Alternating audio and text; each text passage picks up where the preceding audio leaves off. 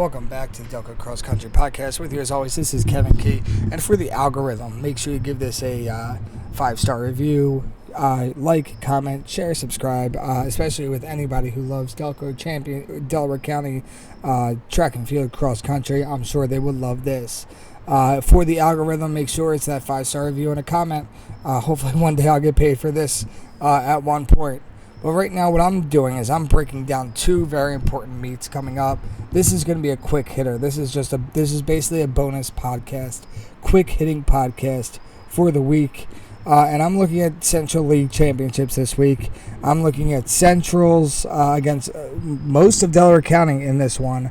I'm looking at our top 5 rankings in Central League Championships. And right now at number 5, you're the team from Lower Merion. They are not Delco, but they are ranked number 5. Honestly, I put them up maybe even higher than that. You have two guys who, in Nicholas Mazzeo and Alex Mazzeo, tremendous seasons. And then you have their next 3, who are averaging right about that low 17 range. It might not be enough to take out some of these top teams from Delco, but when you have a top hitter in the Mazzeo brothers, and they could potentially go 1-2 in this one, they're definitely a team to watch out for to sneak into that top 5. When it comes to mile split, they have them at 5th right now. I would probably sneak them in right at about 3rd or 4th over on this one. But once again, they could definitely surprise people once Central League Championships come around. They have a 16:31 average, a 1-5 split at 2 minutes and 55 seconds. That's got to be faster to compete against these top teams. Number 4 in the mile split rankings, you're the team from Conestoga. I don't know much about Conestoga except for the fact they're in the Central League and they're not Delco, so they're not important to me or this podcast. I'm sorry, Conestoga. I would see Conestoga, in my opinion, sitting about 4th or 5th in the rankings, maybe even 5th. They're led by Parker Warkentine. He's at about 16:10. They share a 16:39 average with a total split of 1 minute and 5 seconds, which is a good split between 1 and 5, but I could see that team from Lower Merion topping that Conestoga team. In 3rd in the rankings right now, you're the team from Ridley. They're a team that continues to get better. They continue to get healthy. And they're led by a lead man, frontman Jackson Kane, who's in the running for the, in my opinion, Delco Runner of the Year. He has a 15-14 on the books already. Joey Lancey is getting healthy. He's at a 16-13. When Joey is healthy, get excited for when that kicks in. They also have Paul Alua, who sits at a 16:27. Oma Matheos is at a 16:37. And they have a Bobby Navazio and a Nick Lancey, both sitting at a 17:39. Ridley could be dangerous in this one. I'm going to still sit them at about 3rd in the rankings. Overall, I know that they are tied right now for the Central League Championship win based off of league results. I do not know much about dual meets and how they impact Central League Championships, but I know Ridley is looking to put out something when it comes to Central League Championships. Right now in 2nd in the rankings, you're the team from Haverford Township. They have made their way into PA Mile Splits top 20 this week. They're going to look to put up a battle with Pencrest up front, with Ridley at number 3. They've got Teddy Foster, who could definitely be their lead man. Then they're led by Logan Eagles, Carlo Bianvieri, Sean Lawson, and Aiden Chevrolet. Lawson should be coming back healthy. If Haverford can be healthy, I'm anticipating a good battle between them and Pencrest this upcoming week. And number 1 right now in the rankings, clearly I'm going to have the team from Pencrest. You have Rowan Carr and Edemias Mulligetta. Like I said, once you have those top 2 up front, things get dangerous. And they have top 2 up front in Mulligetta and Rowan Carr. And they could definitely be the overall winners in this one based off of that. But they also have depth. So when you look at this, you have to look at the depth of Pencrest. And they've been able to utilize their depth throughout this season. When it comes to Nick Fonte with a 16:06, Sean Holst Rightly at a 16:46, and Andrew Hayes at a 16:56. They've got the depth. They have a 143 split between 1 and 5, a 16:04 average. That Pencrest team should be able to pull off a Central League Championship victory, but it's not going to be as easy as it seems. I'm excited for that boys race. That boys varsity race is set to go off at 3:05 p.m. on Tuesday, October 15th. Sadly, I will not be able to make it as I just started a new job, and I won't be able to get out early anytime soon for any of these meets. The boys varsity race is at 3:05, so I'll be watching that one closely. The girls race, that race goes off at 2:30 this week. And once again, going in the top 5, and I'm going just based off of mile split rankings in this one. You have that team from Garden Valley led by Avery Lesgarden at 20:06. Avery continues a strong season. So does Garnet Valley. You have Springfield Delco. If they can get healthy, because I know they had some issues last week, it's Lansdowne. Hopefully Sophia Curtis and Sarah Emch are back. But they have Darsana Beda, Lizzie, sorry Lizzie, I'm not pronouncing your last name as you know, Michaela Corcoran, all running strong. And then they have Ella Walsh at a 21:42. She's not too far off of Sarah Emch. On top of that, you have Anastasia Milana. What am I thinking? Anastasia is a top athlete in the county as well. So be on the lookout for that Springfield team who could play spoiler within that top 4. In number 3 right now in the rankings, you have the team from Radnor. Emma Hyde continues to get stronger. She's followed by Mia Richter and Coco Connor, right about the same depth-wise. They have Sonia Doherty and Lakshmi Rajamina, and I'm butchering your name again. I apologize for that. She sits at about 21:06.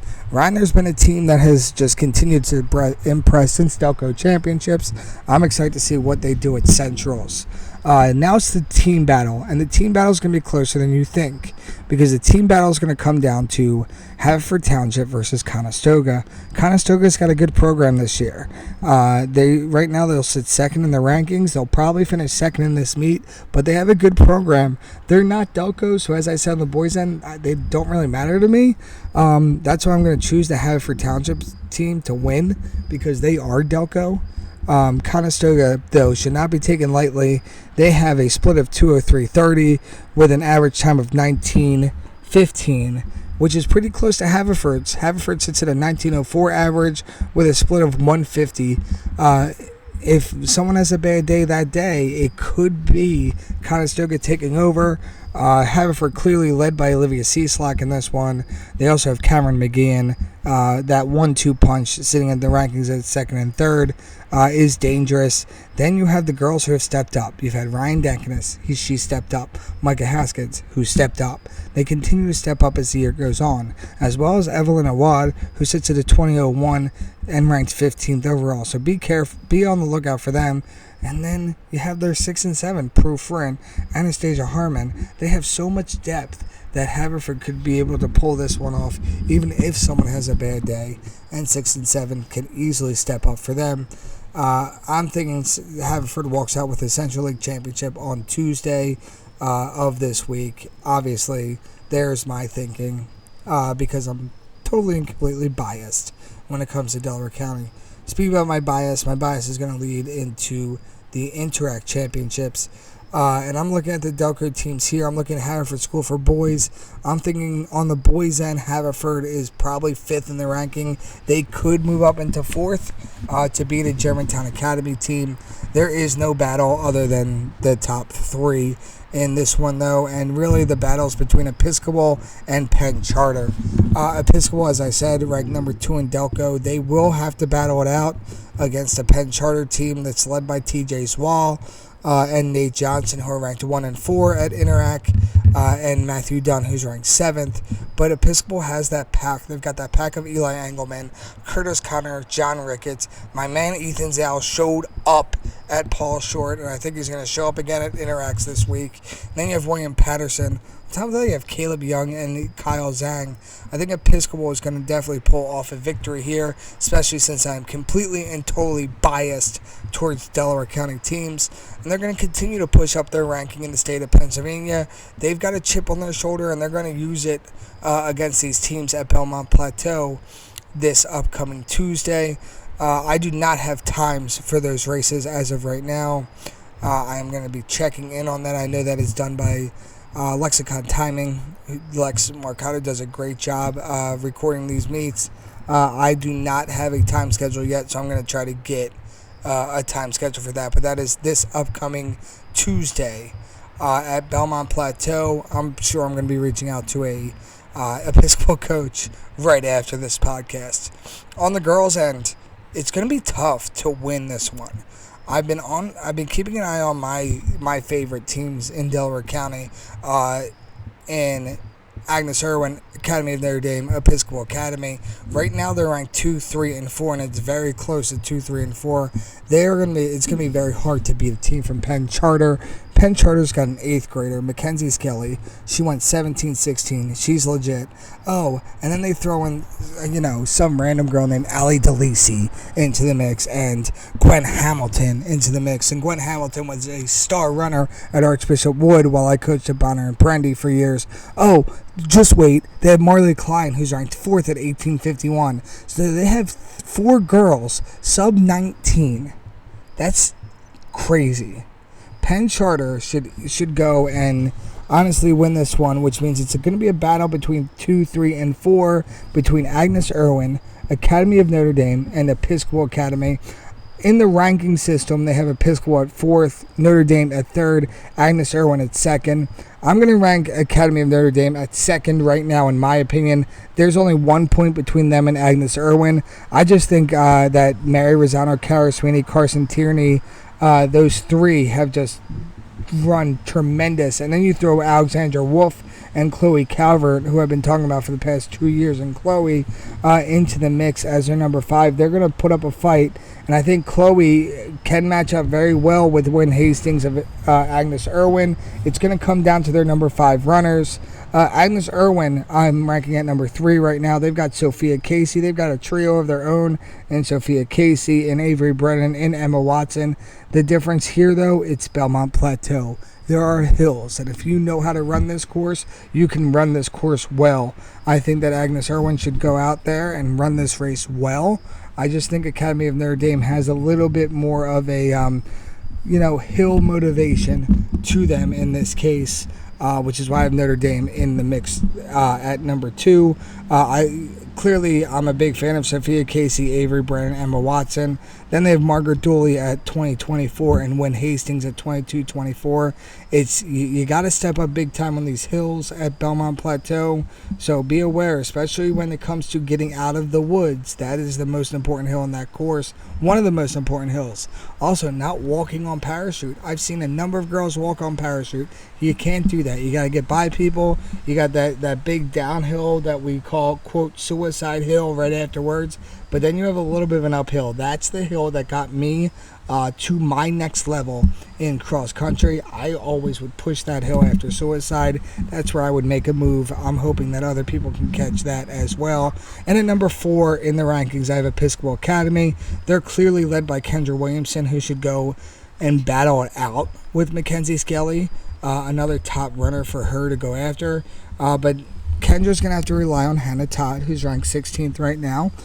Coming in behind her, you have Anna Bradford, who's ranked 20th, Joy Ying at 22, and Tatum Schmedlin, I apologize for butchering her name, at 30th. It's going to be heavily relied on your 3, 4, and 5 in order to compete at InterAcs this year.